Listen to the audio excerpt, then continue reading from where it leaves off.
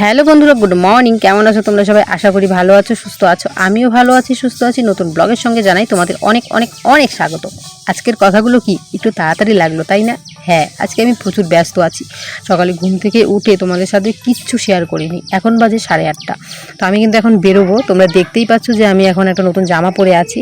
তো আমি কিন্তু বেরোবো। মা বেরোনোর আগে আমাকে বলছিল যে কিছু না খেয়ে বেরোতেই দেবে না। তো এই সময় কিন্তু খালি পেটে থাকাটাও ঠিক না। আর আমি যাচ্ছি ব্যাংকে, কারণ আমার ব্যাংকের বই বন্ধ হয়ে গেছে। যেটা অনেককেই বলেছি কালকের ভিডিওতে। আজকে কিন্তু আমার ব্যাংকের বইটা ঠিক করার আসল ডেট। তো এদিকে কিন্তু মা ছাতু করেছিল, মানে ভুট্টা বুট এসব দিয়ে মানে চালের ভাজি এসব দিয়ে কিন্তু ছাতু বানিয়েছিল। সেটাই কিন্তু আমি এখন সকাল সকাল খেয়ে নিচ্ছি, মানে দুধ দিয়ে খেয়ে নিচ্ছি। দুধ আর একটু চিনি দিয়ে অল্প পরিমাণ নিয়েছি, কারণ আমার না কি হয় জানো, ছাতু খেলে গ্যাস হয়ে যায়। সকাল সকাল একটা গ্যাসের ট্যাবলেট খেয়েছি, তো তবুও আমার ছাতুটা খেলে জানি না কেন একদম অ্যাসিডিটি হতে থাকে, গলা জ্বলতে থাকে। এখন মার কথা, না খেয়ে যাওয়া যাবে না, কি করা যাবে বলো, খেতেই হবে। তো সকাল সকাল ঝটপট করে খেয়ে নিচ্ছি। এদিকে বিছানাপত্র সব গোছানো কমপ্লিট, ঘর ঝাড় দেওয়া কমপ্লিট, চান হয়ে গেছে। অম্বুবাচী তো আজকে চলছেই, আজকেই নাকি অম্বুবাচী শেষ হয়ে যাবে। তো সন্ধ্যের দিকে শেষ হবে, এখনও অনেক দেরি। তো আমি কিন্তু সকাল সকাল এদিকে ছাতু খেয়ে নিচ্ছি, আর বাবা ভাই মা তিনজনে কিন্তু এখানে কাঁঠাল ভাঙছে, মানে তিনজনে মিলে এখন খাবে কাঁঠাল। আর আমি বলছি কাঁঠালের বীজগুলো কিন্তু আমার জন্য রেখে দিতেই হবে। আমার খুব ভালো লাগে কাঁঠালের বীজ দিয়ে যে কোনো সবজি রান্না করো, আমার না খুব ভালো লাগে জানো। তো এদিকে কিন্তু ওরা কাঁঠাল চেলে নাকি ছাতু দিয়ে খাবে। তো আমি বললাম যে ঠিক আছে, তোমরা খেতে থাকো, আমি এখন ঝটপট করে বেরিয়ে যাই। খাওয়া দাওয়া করে এই যে আমি বেরোলাম। হালকা হালকা বৃষ্টি পড়ছে, এই শরীর নিয়ে কোথাও বেরোতে ইচ্ছে করে না জানো। কিন্তু এমন একটা বিপদে আমি পড়েছি যে আমার এখন যেতেই হবে। তো এমন বিপদে পড়েছে, আমাকে এখন যেতেই হবে, না গেলে আর উপায় নেই। এখন যাবো বাড়ির সামনে রাস্তাতে, ওখান থেকে গাড়ি যাবে, ওখান থেকে একদম যে ব্যাংকে আমি বই করেছি সেটাতে। তো ওই ব্যাংকের থেকে তারপর একদম যাবো মেন ব্যাংকে। পুরো একা একা যাচ্ছি, শরীরটাও সেরকম ভালো না, তো যেতেই হবে। আজকে না গেলে আমার ডাক্তার দেখানোই হবে না। সামনে ডাক্তার দেখানো আসছে, আবার 3 তারিখ ইঞ্জেকশন আছে। সেন্টার দিদিমণি বলে দিয়েছে যে ডাক্তার দেখিয়ে হিমোগ্লোবিন এগুলো পরীক্ষা টরীক্ষা করে তারপর আমাকে ইঞ্জেকশন দেবে। তো চলো, আমি চলে এসেছি। এখন দেখি গাড়ি কখন। রাস্তায় দেখো আমি ঝটপট করে আসতেই গাড়ি পেয়ে গেছি। আজকে আর দাঁড়াতেও হয়নি, তো 9টার মতো বেজে গেছে। কারণ বাড়ি থেকে তোমাদের বললাম 8:30 বাজে, আধ ঘন্টা দেরি হয়ে গেল। আমার 9টার মতো বেজে গেছে। আমার 10টার মধ্যে সেই ব্যাংকে গিয়ে পৌঁছাতে লাগবে। আর যে আসল ব্যাংক আছে, যেটা একদম মেন ব্যাংক, যেটা ব্রাঞ্চ আমাদের, সেটার মধ্যে আমার 12টার আগে গিয়ে জমা দিতে হবে। এই টেনশনে আমার মাথা ঘুরছিল। আর এই হচ্ছে আমার বাড়ির সামনের রাস্তা। আগে একদম ভাঙা ছিল রাস্তাটা, এখন কিন্তু আগের থেকে অনেকটা ঠিক হয়ে গেছে। আর এই যে বাঁশের ঝাড়ের নিচ দিয়ে যখন গাড়িটা যায়, তখন এই দৃশ্যগুলো দেখতে আমার কিন্তু বেশ ভালোই লাগে। আর বৃষ্টি হচ্ছে আজকে, ওয়েদারটা না খুব ঠান্ডা ঠান্ডা আছে। ভাবছি যে না, আজকের ওয়েদারে যদি আমি বেরোই তাহলে কিন্তু আমার এতটা পরিশ্রম হবে না। কারণ যা কয়েকদিন রোদ উঠেছে, এই 2 দিন মানে কাল আর আজকে প্রচুর বৃষ্টি হচ্ছে, মানে প্রচুর না, অল্প অল্প বৃষ্টি হচ্ছে, যেটা শরীরের পক্ষে আমার অনেকটা সেফ দেবে। মানে এই গরমের মধ্যে বেরোনো তো আমার পক্ষে মুশকিল হয়ে যাবে। এদিকে আমরা যাচ্ছি, গাড়ি কিন্তু খুব স্পিডে আছে, বেশিক্ষণ সময় লাগবে না। এটার থেকে আমি পুরো নেমে যাব যে আমার ব্যাংকের শাখা আছে সেখান থেকে তারপর যেতে হবে আমার মেন ব্রাঞ্চে। তারপর আমার অনেক ঝামেলা। তো এদিকে দেখছি যে যেখানে আমার অনেক দেরি হচ্ছে, সেখানে আবার একটা ট্রাক এসে দাঁড়িয়ে আছে। কি করা যাবে, ট্রাকটা এখন সরবে তারপর যাওয়া। এইদিকে আবার আরেকজন আমাকে ফোন করছিল যে তুই কখন আসবি। সে হচ্ছে আমার একটা বান্ধবী। আমি ওকে বলেছিলাম যে আমি আজকে মাথাভাঙায় যাব, অনেক দিন থেকে তার সঙ্গে দেখা হয় না। তার বিয়ের পর বেবিও হয়ে গেছে। এই খবরটা শুনে আমার তার সাথে দেখা করার খুব ইচ্ছে হলো। তো আমাকে বলছিল কখন আসবি। তো আমি বললাম যে আমি তো বেরিয়েছি। তো আমাকে বলছে ও নাকি আজকে আসবে না, কারণ এই বৃষ্টি পড়ছে, বৃষ্টির মধ্যে বেবিকে নিয়ে আসতে পারবে না। তো কি করা যাবে, দেখো ও যদি আজকে না আসে আমার তো যেতেই হবে। এদিকে ট্রাকটা যত দেরি করে ছড়ছে, তত মনের মধ্যে আমার আরও ধুকপুকানি বাড়ছে যে আমি যদি আজকে কাজটা করতে না পারি তাহলে আমার কি হবে, সর্বনাশ হয়ে যাবে। কারণ এখন কিন্তু আজকালের মধ্যে আমার ইউটিউব পেমেন্ট আবার ঢুকবে। এই ইউটিউব পেমেন্টটা আমি কি করে তুলবো, তারপর আমার ডক্টর দেখানো, সব কিছু মিলিয়ে কিন্তু অনেক ঝামেলা হয়ে যাবে। তো এদিকে কিন্তু ট্রাকটা সরে গেছে, সরে যেতেই আমরা একদম ব্যাংকের সামনে চলে এসেছি। এসেই কিন্তু এই যে কাগজটা, এটা আমাদের সই শপথ করে একদম ফর্মটা ফিল আপ করে আমি এখন বেরিয়ে যাচ্ছি। আর ব্যাংকের যে শাখার যে ম্যানেজার আছে তার সই টই নিয়ে আমি এখন বেরিয়ে যাব। এখন যাব মেন ব্রাঞ্চে, সেখানে গিয়ে এটা জমা দিতে হবে। জমা দিলেই আমার টেনশনটা অনেকটা ফ্রি হবে। আর এই অবস্থা জানো, স্টুডেন্ট অ্যাকাউন্ট করেছিলাম, এখনের অ্যাকাউন্টগুলো মানে এরকম হয়ে গেছে, স্টুডেন্ট অ্যাকাউন্ট করার পর আমার এখন অ্যাকাউন্ট কাজই করে না। মানে যে কোনো বিষয়ে আমি কাজ করতে যাই আমার অ্যাকাউন্ট বন্ধ হয়ে যায়। এটা হচ্ছে আমার মেন ব্যাংক, মানে SBI এর মেন ব্যাংক এটাই। আর সাথে হচ্ছে ATM। তো আমার ব্যাংকের ভেতরেই দরকার। তো চলো ঝটপট করে ব্যাংকের ভেতরে ঢুকে কাজটা শেষ করে বেরিয়ে যাব। 12টার মধ্যে বাড়ি চলে যাওয়ার ইচ্ছে আছে, কারণ আকাশটা এখন আস্তে আস্তে ভালো হচ্ছে। যদি রোদ উঠে যায় বেশি করে গরম লাগবে, তখন আর থাকতে পারবো না। ব্যাংকের ভিতরে গিয়ে দেখি যা ভিড়, ব্যাংকের ভিতরে কিন্তু ভিডিও করার পারমিশন নেই, তো আমি সেখানে ভিডিও করতে পারিনি। তো তাই আমি ব্যাংকের সামনে থেকে ভিডিওটা বন্ধ করে দিয়েছিলাম। এখন ঝটপট করে ভেতরে ঢুকতেই দেখেছিলাম প্রচুর ভিড়। আর আমার না সেরকম মনেই ছিল না ব্যাংকের ভিতরে ভিডিও করতে দেবে না, তবুও মোবাইলটা হাতে করে নিয়ে ঢুকে পড়েছিলাম, তারপর বন্ধ করে দিয়েছি। তো বন্ধুরা, অনেকক্ষণ পর তোমাদের সামনে চলে এলাম। আজকে সারাদিনই তোমাদের সামনে সেরকম ভিডিও করতে পারিনি। তোমরা দেখলেই যে আমি আজকে কতটা পরিমাণ ব্যস্ত ছিলাম, এত ব্যস্ত যে নিজেকেই আজকে টাইম দিতে পারিনি। সারা দিনটা আমার ব্যাংকে চলে গেল। ব্যাংকের থেকে এসে এতটাই ক্লান্ত হয়ে গেছিলাম, গাড়ির জার্নি ওইসব নিয়ে এতটাই ক্লান্ত হয়ে গেছিলাম যে আমি এইসব ভিডিও মনে হচ্ছিলো সব থাক আর আমি একটু রেস্ট করি। মানে আমার এতটাই খারাপ লাগছিল। তো এর জন্য রেস্ট করলাম। রেস্ট করে ভাবলাম যে না, এখন একটু ভিডিওটা এন্ড করার সময় এসে গেছে।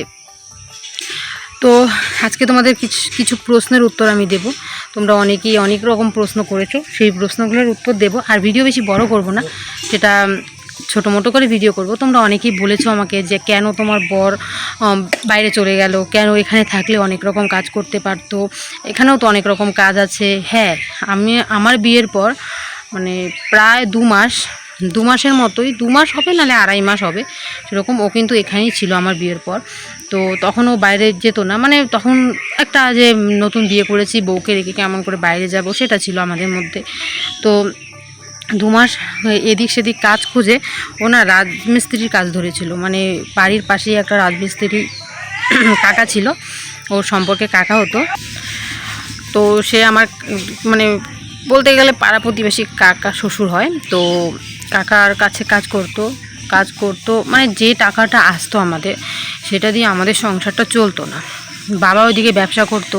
আমার শ্বশুর মশাই কিন্তু মানে কাঁচামালের ব্যবসা করে। কাঁচামাল বলতে যেরকম এখানে কিন্তু বাবা আলু পটল ওইসবের ব্যবসা করে না। আমাদের এখানে পাহাড়ি এলাকা, তো মানে আমার শ্বশুরবাড়িটা খুব পাহাড়ের খুব কাছেই।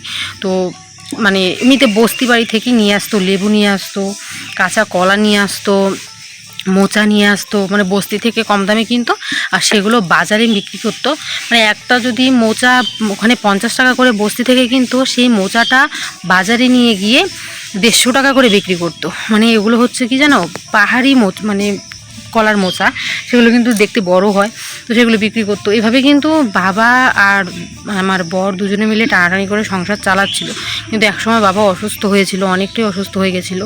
তো তখন মানে বাবা যে যাবে কাজ করতে সেটা পারছিল না। তো তখন মানে আমার বর তখন কাজ করতো প্রায় তখন 200 না 250 টাকা করে দিত, ডেইলি 250 টাকা করে দিত। তো ওর আবার বন্ধন ছিল, 2টো বন্ধন ছিল, একটা মাসের বন্ধন, একটা সপ্তাহের বন্ধন। ওই বন্ধনের কিস্তি, বাড়ির সংসারের চাল ডাল তেল এইসব আনা ওর না পাচ্ছিল না। তারপরে আমার ভাসুর তখন বাড়িতে ছিল না, বাইরে ছিল। আর দাদাও টাকা পাঠাতো, দাদারও ওদিকে কাজ বন্ধ হয়ে গেছিলো। আমার বিয়ে হয়েছিল পুরো লকডাউনের টাইমে। আমার যখন বিয়ে তখন একদমই লকডাউন ছিল, তার অনেক মাস পর্যন্ত কিন্তু লকডাউন ছিল, প্রায় 6-7 মাস পর্যন্ত লকডাউন ছিল। তো পারতো না, মানে দাদাও সেরকম ওখানে কাজ পারতো না, টাকাও পাঠাতে পারতো না। অনেক সময় টাকা পাঠাতো, আসতো না, টাকা হয়তো আটকে যেত, এরকম অনেক সমস্যা হতো। এদিকে আমার দেওরটাও ছোটো, যে কোনো কিছু করবে সেরকম পারতো না। তো তখন আমি একটা মানে ওকে বললাম যে আমি ওখানে টিউশন পড়াই। ও আমাকে বলছিল না তোমার কিছু করতে হবে না, যেভাবে হোক আমি কাজ করবো। আমি অনেক চেষ্টা করেছি জানো, যে দু একটা টিউশন পড়াবো, অনেককেও বলেছিলাম। আমি তো সেখানে এত লোক চিনতাম না। আর আমার যে জায়গায় আমি বিয়ে করেছি, মানে আমার গ্রামের কোনো লোক সেখানে নেই। মানে আমি যে দুটো চিনবো এসব কেউ নেই, একটা মানুষকে চিনবো কেউ নেই সেরকম। অনেকে দূরে দূরেই আছে সেই লোকগুলো। তো আমি পাশাপাশি কাকি শাশুড়ি ছিল, জেঠি শাশুড়ি ছিল, ওদেরকে বলেছিলাম। আমার নিজস্ব কিন্তু সেখানে কাকি শাশুড়ি জেঠি শাশুড়ি নেই, কিন্তু পাড়া প্রতিবেশী ছিল, ওদেরকে আমি বলেছিলাম যে 2টো টিউশনের রেডি করে দিতে। তো সেরকম 2টো টিউশনের আমি খবর পেয়েছিলাম, কিন্তু আমাকে বর কিন্তু করতে দেয়নি। বলছিল না তুমি নতুন বউ, এখন এগুলো করতে হবে না, এখনই তুমি যদি এরকম টিউশন পড়াও আর এইসবের টাকা দিয়ে যদি এখনই তোমারই কিছু করতে হয়, তাহলে আমি কেন তোমাকে এনেছি। এসব নিয়ে আমাদের মধ্যেও ঝামেলা হতো। আমি বলতাম যে তুমি তো পারছো না, আমি করি। তো বলতো না গো তোমার দরকার নেই। এরকম করতে করতে প্রায় আমার বাড়িতে যখন আমাকে মেনে নিল বিয়ের 2 মাস পর, তো তখন আমার পাশের বাড়ির কাকা, আমার বাড়ির পাশে যে কাকা আছে, কাকা বললো যে এইসব বাদ দিয়ে চলো অরুণাচল চলে যাই। সেখানে আস্তে আস্তে, তুমি তো এখন কারেন্টের কাজটা খুব ভালো জানো, তো আস্তে আস্তে কিন্তু সেখানে থাকতে থাকতে 3-4 বছরে কিন্তু তুমি একটা ভালো পজিশন পেয়ে যাবে। কারণ ও যে কারেন্টের কাজগুলো জানে না, সেগুলো মানে সেখানকার যে বড় ঠিকাদারগুলো সেরকমই কাজ জানে। ও কিন্তু আগে বাইরে গিয়ে কারেন্টের কাজ করেনি, আগে সুরাটে ছিল, সুরাটে যে শাড়ির ফলস লাগানো এসবের কাজ করেছে। তো ওকে বলতো যে চলো চলে যাই। তো 2বার বলার পরে না আমিও বললাম, দেখো এত কষ্ট করছো, আমারও খুব খারাপ লাগতো জানো, এরকম এত কষ্ট করছো, কি করা যাবে, যাও এখন যাও, গিয়ে দেখো কোনো কাজ হয় কি না। কিন্তু আমার খুব খারাপ লাগতো, অনেককেই কি জানো বলেছি ওকে যে যাও, কিন্তু মন থেকে যে বলেছি সেরকম বলিনি। আমি ভাবতেই পারিনি কোনো দিন যে ও যাবে। তারপর প্রায় 1.5 মাস ওকে বললাম, আমিও বললাম, এখন অনেক কিছু ভাবলাম যে না, ওকে বাড়িতে বসিয়ে রাখবো, বাড়িতে বসিয়ে রাখার থেকে যদি আমি ওকে বাইরে পাঠাই, কিছু না কিছু কোনো দিন না কোনো দিন করতে পারবো। আর এরকম অবস্থায় ছিলাম আমরা, মানে ওখানে না এরকম জানো, মানে আমার শ্বশুরবাড়িটা পুরো গ্রাম এলাকা, কিন্তু আমাদের এখানে যেমন সবজিপাতি একদিনে আমি কুড়িয়ে নিয়ে আসতে পারবো, মানে আমি যেমন আজকে কিছু ঘরে নেই রান্না করে, মানে কুড়িয়ে নিয়ে এসে রান্না করতে পারবো, সেটা কিন্তু সেখানে নেই। সেখানেও না, মানে গ্রাম হলেও না অনেকটা শহরের মতো, মানে এদিক সেদিক থেকে তুলে আনার থেকে, মানে কি বলবো, বাজার থেকে কিনে আনাটাই সব থেকে হয়। তো অনেক দিনের কথা, তো তাই তোমাদের সাথে বলতে না আমারও একটু মানে স্মৃতি থেকে অনেকটাই হারিয়ে গেছে, প্রায় 5-4 বছরের কথা। তো এরকম করে বলতে বলতে প্রায় 1.5 মাস পর ও একদিন বললো যে না, এখন বাইরে যাব, কি করা যাবে, অনেক দিন হয়ে গেছে, বাইরে যেতেই হবে। তখন আমার বিয়ে 3.5 মাস। তো খুব খারাপ লাগতো, আমি ওকে বলতাম তুমি যদি এখানে চলে যাও, এখানে আমি একা কেমন করে থাকবো, খুব খারাপ লাগবে। তো প্রথমবার গেল, যাওয়ার পর আমার ওখানে খুব খারাপ লাগতো জানো, একদম একা হয়ে গেছিলাম। একটা জিনিস জানবে, যে যদি বর বাড়িতে না থাকে, শ্বশুর শাশুড়ি সবাই থাকলেও কিন্তু জায়গাটা অনেকটা খালি থাকে। প্রত্যেক দিন কাঁদতাম, ফোন করে কাঁদতাম। তখন না সেরকম একটা ভাব ছিল না যে এখন যে ভাবটা আছে, যে না যা কান্না করে কি হবে, আমাদের ভবিষ্যৎ আছে, সেগুলো ভাবতাম না। তখন ভাবতাম যে কী হবে হবে, আলু সেদ্ধ ভাত খেয়ে থাকবো, কিন্তু আসতে হবে। 2 মাসও যায়নি, ফোন করে নিয়ে চলে এসেছি ওকে। তো আসার পর আমাকে বলছে যে এভাবে তো কাজ করা সম্ভব নয়, কাজ করতে পারবো না। তো আমার শাশুড়িও দেখতো যে আমি খুব কান্না করতাম, খুব ভেঙে পড়তাম। মা বলতো যে তোমার যদি এখানে ভালো না লাগে, তুমি বাপের বাড়ি গিয়ে থাকতে পারো। কারণ আমার সেই বাড়িতে এত ঝামেলা নেই, এখন কোনোই ঝামেলা নেই বলতে গেলে, আর একটা বউ নেই, কিছু নেই, তো ঝামেলা নেই। তো মার কথা শুনে আমি তো খুব খুশি হয়ে গেলাম। তো ও যখন 2য় বার বাইরে যাবে, অরুণাচল যাবে, তখন মানে ও বললো যে ঠিক আছে, তোমাকে আমি বাড়িতে রেখে আসি, তুমি সেখানে থাকলে তুমি অনেকটা মানে মন থেকে অনেকটা ভালো থাকবে। আর আমি ওখানে থাকতে থাকতে না এমন হয়ে গেছিলাম, কারোর সঙ্গে কথা বলতাম না, শুধু কাঁদতাম, কান্না করতে করতে না একদম চোখ মুখ ফুলিয়ে রাখতাম, সবসময় চোখ লাল হয়ে থাকতো। ও ফোন করলেও আমি কাঁদতাম, মানে ওরও খারাপ লাগতো তখন। এরকম করে আমাকে বাড়িতে দিয়ে গেল। তারপর আস্তে আস্তে বাড়িতে থাকতে থাকতে অভ্যাস হয়ে গেল ওর ফাঁকা জায়গাটা, মানে এটা কিন্তু পূর্ণ কোনো দিনও হবে না, ও যতদিন এসে না থাকবে ততদিন পূর্ণ হবে না। কিন্তু ওর না থাকার সেরকম একটা আছে না, ওখানে থাকলে যেরকম ও ছাড়া কেউ নেই, কিন্তু এখানে ও ছাড়াও কিন্তু মা আছে, বাবা আছে, ভাই আছে, আমার আত্মীয় স্বজন সবাই আছে। কারণ আমার কাছে কি জানো, আমার এই পরিবারটাও আমার কাছে যত বড়, আমার শ্বশুরবাড়ির পরিবারটাও কিন্তু আমার কাছে ঠিক ততটাই বড়, ততটাই আপন। তো আস্তে আস্তে খারাপ লাগতো, প্রথম যখন এখানে ছিলাম একটু খারাপ লাগতো। তো আস্তে আস্তে 2 মাস যেতে না যেতেই কিন্তু অনেকটা মানিয়ে নিয়েছি।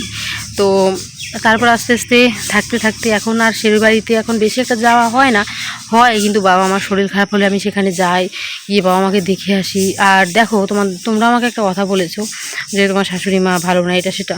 দেখো 2টো কলস একসাথে থাকতে গেলে টোকাটুকি লাগবেই। হ্যাঁ, আমারও দোষ অবশ্যই আছে, মারও দোষ অবশ্যই আছে। কিন্তু একটা কথা জানবে কি, আমি একদিন বলেছিলাম যে আমি যদি শত দোষ করি, তুমি আমার গালে 2টো থাপ্পড় মারো, থাপ্পড় মেরে কথা বলো, তাহলে আমি কিছু তোমাকে বলবো না। কিন্তু তুমি কোনোদিন পাড়াতে গিয়ে এইসব বউ নিন্দা করো না, মানে বউয়ের নামে নিন্দা করো না। এই অভ্যাসটার জন্যই আমার খুব খারাপ লাগতো। আমি কোনোদিন কোনো পাড়াতে যেতাম না, মানে ওখানে যে পাড়ার বাড়িগুলো আছে কোনোদিন যেতাম না, কিন্তু আমার নামে নিন্দাচারি সেখানে পড়ে যেত। মানুষগুলো আসতো, বলতো যে আজকে নাকি তুমি এটা করেছো সেটা করেছো। আমার খুব খারাপ লাগতো, কারণ অনেক কিছু আছে যেগুলো করিনি, অনেক হেসে খেলে থাকার চেষ্টা করতাম, কিন্তু পারতাম না। তারপর ও বললো যে ঠিক আছে, তোমার আর এখানে আসতে হবে না, তুমি এখন বাড়িতে থাকো, যখন যখন করে আমি আসবো বাড়িতে তখন তখন এসো। আর আমরা ঘর তুলবো, একটা ঘর টর তুলে বাড়ি ঘর ঠিক করব, আর তারপর আমরা একদম সেটেল হয়ে যাবো বাড়িতে। আর ও এখন যে পর্যায়ে আছে, মানে বর এখন যে পর্যায়ে আছে, এ পর্যায়ে আমি ওকে বাড়িতে আনতে কিছুতেই পারবো না। কারণ অনেকেই জানবে যে বিদেশে থাকতে গেলে কিন্তু একটা জায়গা তৈরি করতে অনেকটা সময় লাগে, জানো। আমাদের 4 বছর লেগে গেছে। এখনও যে জায়গাটাতে আছে, এই জায়গাটা থেকে যদি ও চলে আসে, তাহলে আমাদের কি বলবো, এই যে 4টা বছর যে কষ্ট করা হয়েছে, কষ্টগুলোই বিফলে যাবে। নিজে কাজ পাচ্ছে, নিজে নিজে কাজ করছে। এখন মানে যে কোনো একটা যদি জিনিস কিনতে যাই, নির্দ্বিধায় আমি কিনতে পারবো। আগে সেই মানে মনের ভাবটা ছিল না। ঘর তৈরি হচ্ছে, সব কিছু আস্তে আস্তে কিন্তু হচ্ছে। সামনে দাদাকে বিয়ে করাবো, ভাসুরকে বিয়ে করাবো, তারপর বাড়িতে দেওর আছে তাকে বিয়ে করাবো, সবাই মিলে একসাথে থাকবো। অনেক কিন্তু স্বপ্ন আছে, কিন্তু আমি স্বপ্নগুলোকে কি করেছি জানো, খুব তাড়াতাড়ি সফল করতে চেয়েছিলাম। আমি বিয়েটা খুব তাড়াতাড়ি করে ফেলেছি। তো সেটাই হচ্ছে আমার সবথেকে বড় দোষ। আমি যদি বিয়েটা একটু দেরি করে করতাম তাহলে অবশ্যই কিছু করতে পারতো, কিন্তু আমি সেই সময়টা ওকে দেইনি, কারণ আমিও চাপে ছিলাম। তো ও বলছিল যে ঠিক আছে তুমি আসো, আসার পর আমি আস্তে আস্তে সব করে নিতে পারবো, কিন্তু সময় লাগবে। সেটা অবশ্যই, একটা ছেলে একটা বউ নিয়ে রাখবে, তারপরে বাইরে যাওয়া, এসব আগে কিন্তু আমাদের প্ল্যান ছিল না। আমি প্রথম বলতাম যে কি হয়ে যাক, লবণ ভাত খেয়ে থাকবো, কিন্তু কোনোদিন তোমাকে আমি বাইরে পাঠাবো না। কিন্তু এটাই করতে হলো শেষ পর্যন্ত, আমার কি করা যাবে। তো চলো, আর ব্লগটা বাড়াবো না, এখানেই রাখছি। ভালো থেকো, সুস্থ থেকো, এভাবেই পাশে থেকো। আর কিছু বলার নেই তোমাদের। চলো টাটা।